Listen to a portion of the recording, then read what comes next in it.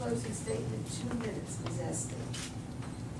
I got into this race because I felt that there was too much finger pointing and bickering in Washington and not enough accountability. We are having problems with special interests stacking the deck against the middle class, and we desperately need people in Washington who understand our communities. And frankly, that's not just about government. That's about understanding what it means to sit in a classroom with your kid and see what the impact is when Washington has passed a law and didn't fund it, and they passed it on down to the state, and the state doesn't fund it enough at the local level. And I've lived that reality of volunteering in my classrooms and working with the League of Women Voters and the Library Board and the Land Trust. And I've had the opportunity to serve my community for 18 years in a variety of different ways. Serving on the local town council where we balanced the budget. And we helped senior citizens with property tax credit and funded our schools. And yes, did we raise our taxes a little bit to do that? Yes, for $10 a month in our community, we got together and we were able to help our seniors and fund our schools and keep everybody happy. I'm proud of my record. I'm running on my record. And I urge you all to examine us and look at our records and look at how we've conducted our campaigns, because that is in part a measure of our values and a measure of how we will conduct ourselves in Washington. Will we stand up for the middle class? Can you trust us to do what is right for this country? I will work very hard through these closing days of this campaign to earn your support. We need someone who is going to stand up strong. And democracy is about us. Do not be discouraged. Vote on August 14th.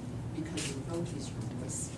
I ask for your support, and I would be honored to have your support and to be your voice as a proud progressive Democrat in Washington. Thank you. Mr. Donovan. I want to thank the League and CTN and everyone here for joining in this debate. For those who know me, you know, and those who don't, I've spent my whole life standing up for families, trying to make this world a better place for everyone. When I see injustice, I have to do something. It's who I am. So I've worked as a legislator to raise the minimum wage, because I feel workers should get a decent wage. I've worked to have public financing of elections here in Connecticut, where you can, as a state rep, you can raise $5,000 and you'll have $30,000 to run against anybody else. And your opponent can do that as well. That's right. I worked with John Larson to pass in Connecticut.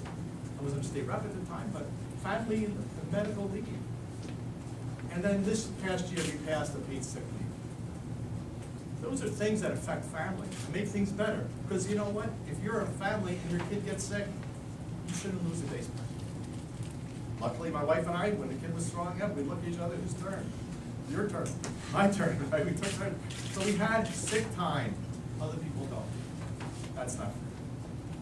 So we passed it. And this year we had education was a big issue. Oh boy, everyone was all fighting. Well, you know, my job is to bring people together. I sat down with the governor's people. I sat down with the teachers. I sat down with the Board of Education. I sat down with families. And we forged a legislative plan that is landmark. We're supported by Republicans and Democrats, and people across the country saying this is one of the best education reform packages in the country. So I'm proud of that work, all that work I've done over the years. I've worked with Republicans, but I stand on my Democrat values, treating people with fairness, dignity, respect. Now, the last couple of months have not been the greatest. People have been questioning what I'm about, but I've never let people down. I can look you straight in the eye and say I've never looked people down. People are counting on me to continue to work for fairness, dignity, respect. And I thank those people, and I will continue to work. I will never let you down. That's time. Mr. Roberti. First off, thank you, the League of Women Voters, for putting this on.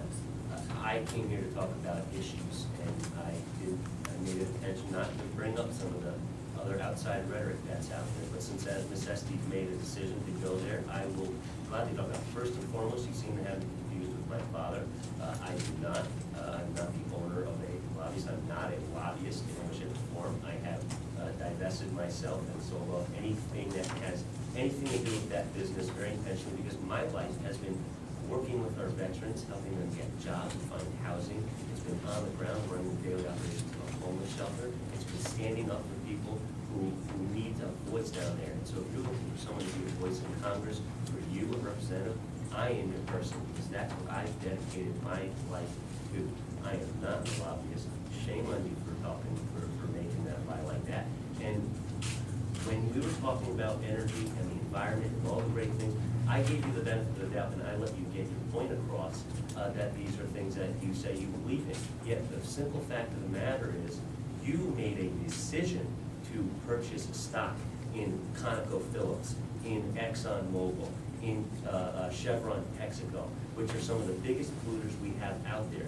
You made a decision to take donations from people your husband regulates as the commissioner of the DEP, such as Northeast Utilities and Energy. You made those decisions, okay? I made the decision to make sure that anything that could be misconstrued as a special interest that my family has relations to, that my family has any sort of relationship with, that I got that out of myself and put distance there so that the people of the 5th District can know that I'm gonna do what I've done my entire life, which is fight for people who are getting hammered, which is to stand up for everyone that needs help and a voice. Thank you. Thank you, all three of you. On behalf of the League of Women Voters of Litchfield County, we want to thank all three candidates for this debate and for making it possible and for making it lively. Want to thank CTN for taping the event today. One final word, Democrat or Republican, your party's primary is August 14th. Get out there and vote and get your registered friends to vote. Thank you.